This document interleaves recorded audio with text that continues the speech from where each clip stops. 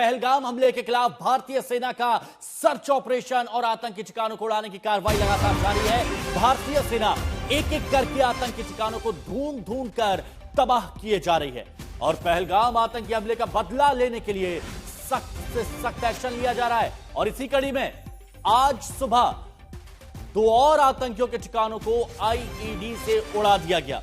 भारतीय सेना ने एक्टिव एलईटी यानी लश्कर ए तैयबा के सक्रिय कैडर एहसान अहमद शेख, जो मुर्रान पुलवामा का निवासी है, उसके 2 मंजिला घर को सुरक्षा बलों ने आईईडी का उपयोग करके उड़ा दिया। और ये तस्वीरें देखिए, आतंकी एहसान का घर उड़ा दिया गया और उसके बाद अब वहां पर सिर्फ मलबा है।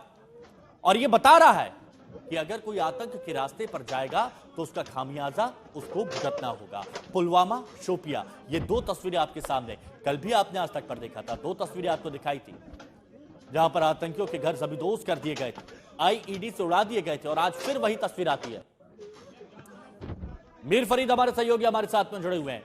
मीर फरीद, संदेश बहुत क्लियर है, अगर आप आतंक का रास्ता चुनेंगे तो उसका खामियाजा आपको भुगतना पड़ेगा। और वही तस्वीरें बता रही हैं पुलवामा और शोपिया की।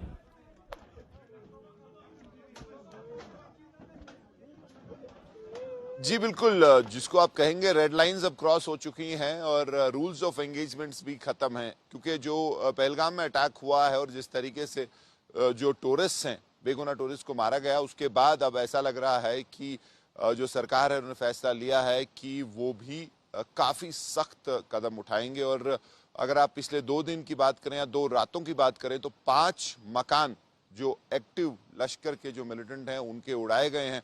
और ये जो मुरन में हुआ है, इसको आप सबसे बड़ा धमाका कह सकते हैं, क्योंकि पूरा जो मकान है मलबा हो चुका है। और मकान ही नहीं बल्कि जो हमसाए और जो नेबर हैं उनके मकान भी काफी ज्यादा जो है उनको नुकसान पहुंचा है।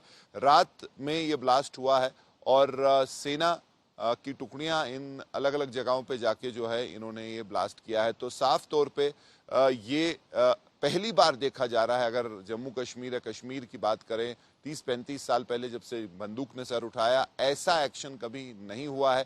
और हालांकि OGWs के कुछ घर उनको बुलडोज किया गया था कुछ समय पहले और एक्टिव मिलिटेंट्स के, लेकिन अब जो है सीधा आईडी एक्सप्लोजिव लगा के उनको उड़ाया जा रहा है। अब देखना यह है कि इसका जो है फॉलोआउट आगे क्या होता है, अगर आप लोकल मिलिटेंसी की बात करें। और उसके साथ साथ क्या अब जो मिलिट्री एक्शन की बात हो रही है, जो कि अल्टीमेट मिलिट्री एक्शन है, जो असली कैंप्स हैं जो पीओके में हैं और जो हैंडलर्स हैं, जो मेन लोग इसके पीछे हैं, इन हमलों के पीछे और हमेशा रहते हैं, जो फॉरेन कार्डर है, उनके खिलाफ सरकार क्या कार्रवाई करती है।